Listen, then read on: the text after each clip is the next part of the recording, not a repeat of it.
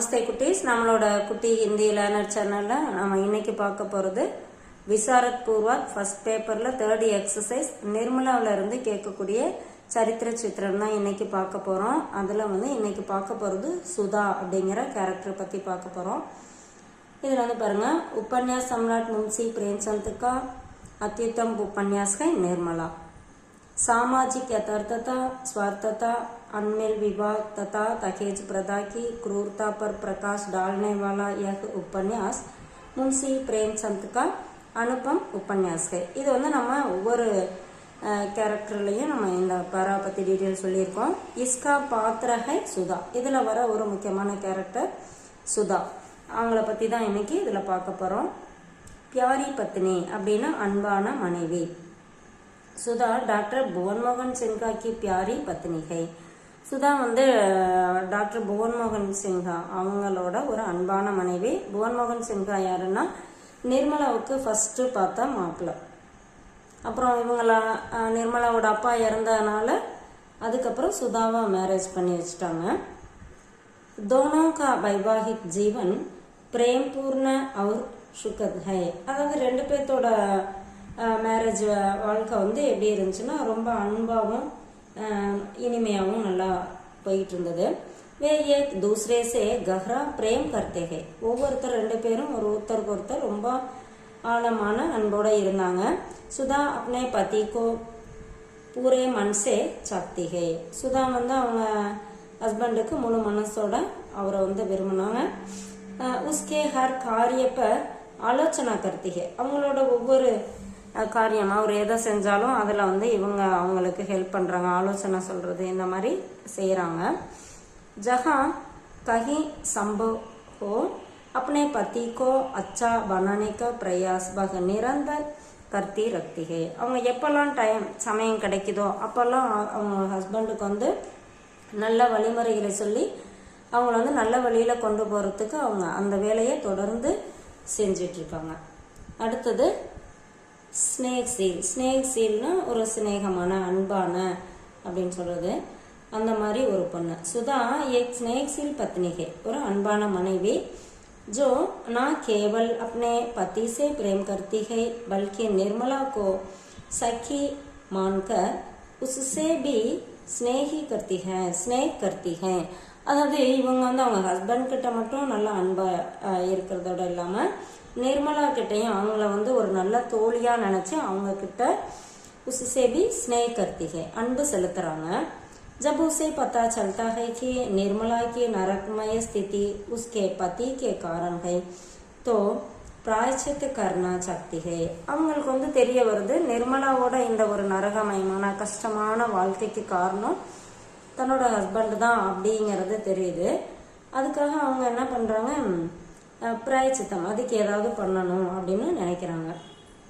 उसी की सलाह पर कृष्णा की शादी अपने देवर से करवाई जाती है.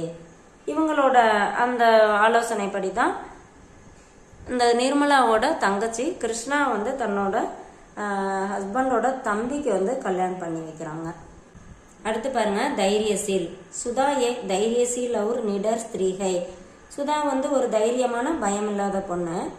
जो हमेशा न्याय का साथ देती है. அவங்க எப்பவும் நியாயத்தின் பக்கமே இருக்காங்க. जब उसे पता चलता है कि दहेज के कारण निर्मला की शादी रुकी और उसके पीछे उसके पति ही जिम्मेदार है तो वह उन्हें फटकारती है और प्रायश्चित करवाती है. அதாவது இவங்களுக்கு நிர்மலாவோட கல்யாணம் வரதட்சணை வரதட்சணை கொடுக்க முடியாத காரணத்தினால நின்று போச்சு அப்படிங்கிறதும் அதுக்கு பின்னாடி ஒரு காரணமா தன்னோட ஹஸ்பண்டும் இருக்காரு அப்படிங்கிறது தெரியும் போது உன்கே ஃபட்கார்த்திகே அவருக்கு ரொம்ப தன்னோட கண்டனத்தை எதிர்ப்பை தெரிவிக்கிறாங்க. அது மட்டும் இல்லாம அதுக்குரிய பிராயச்சித்தமும் செய்ய வைக்கிறாங்க.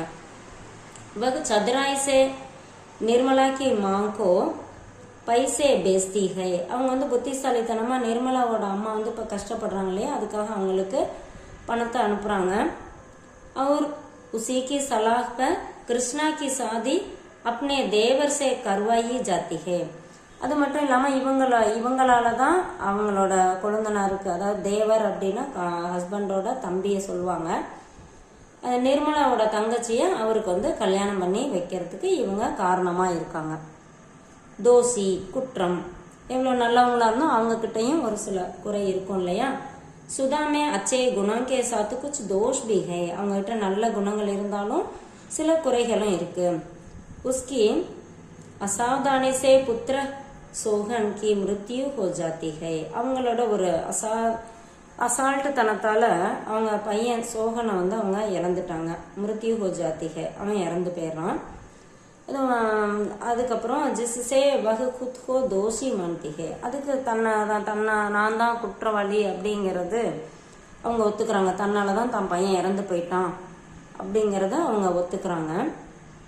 அதாவது அந்த பையனுக்கு உடம்பு சரியில்லாத போது மூட நம்பிக்கை மனசுல வச்சுட்டு அதுக்குரிய மருந்து மாத்திரை கொடுக்காம அந்த மாதிரி ஒரு அலட்சியமா இருந்தனால அந்த குழந்தை இறந்து போச்சு. அதனால தான் காரணம் அப்படிங்கறத ஒத்துக்கிறாங்க. ஜப் உसे पता चलता है कि उसके पति ने निर्मला को गलत नजर से देखा तो वह उन्हें कड़ी फटकार लगाती है.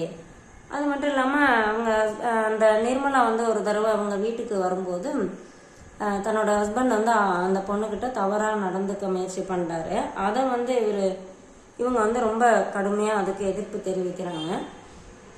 उसकी कठोर बातों से आहत होकर भुवन मोहन ஆத்மஹத்யா कर लेती है, அவங்க ரொம்ப கடுமையா பேசிடுறாங்க. என்ன ஆள் நீங்க, இப்படியா இருப்பீங்க அப்படி இப்படின்னு ரொம்ப கடுமையா சொன்னதுக்கு அப்புறம் அவருக்கு ரொம்ப காயம் பட்டுறாரு. அதனால என்ன பண்ணிடுறாரு, அவர் சூசைட் பண்ணிக்கிறாரு. அவரும் ஃபீல் பண்றாரு நம்ம பண்ணது தப்பு அப்படிங்கறது. அவங்க எடுத்து சொன்னது சண்டை போட்டதுக்கு அப்புறம் அவரும் புரிஞ்சுட்டு சூசைட் பண்ணிக்கிறாரு. இஸ் பிரகார் சுதா ही अपने बेटे और पति की मृत्यु का कारण बनती है. சுதா அவங்க தானே தன்னோட குழந்தையும் ஹஸ்பண்டும் இறக்கிறதுக்கு காரணமாயிடுறாங்க. அடுத்து விசேஷ் தான். निर्मला उपन्यास की नारी पात्र में सुधा का विशेष स्थान है. निर्मला நாவல்ல வந்து ஒரு பெண் கேரக்டர்ல இவங்க ஒரு சிறப்பான ஒரு கேரக்டர். वह नायिका की सखी के रूप में नारी की स्थिति और उसके भावनात्मक जीवन को दर्शाती है. इवங்க வந்து நிர்மலா வந்து இந்த கதையோட நாயகி இல்லையா. அவங்களுக்கு வந்து ஒரு தோழியா இருந்து ஒரு பெண்ணுக்கு வந்து என்னென்ன ஒரு பெண்ணை பத்தியும் அவங்களோட பாவனைகள் என்ன அப்படிங்கறதும் வெளிப்படுத்துறாங்க. अपने व्यवहार से वह पति पत्नी संबंध और नारी मन को स्पष्ट करती है और पाठकों के मन में अपने जगह बना लेती है. இவங்க வந்து ஹஸ்பண்ட் ஒய்ஃபுக்குள்ள இருக்க அந்த ரிலேஷன்ஷிப், அது இல்லாம பெண்களோட மனசுல என்ன இருக்கு அப்படிங்கறதும் தெளிவுபடுத்துறாங்க. இவங்க அந்த படிக்கிறவங்களோட மனசுல தனக்குன்னு ஒரு இடத்த வந்து பிடிச்சிடுறாங்க. இந்த சரித்திர சித்திரம் வந்து நான் கொஞ்சம் ஷார்ட் பண்ணி உங்களுக்கு கொடுத்துருக்கேன். இது உங்களுக்கு ரொம்ப யூஸ்ஃபுல்லா இருக்குன்னு நினைக்கிறேன். தேங்க்யூ.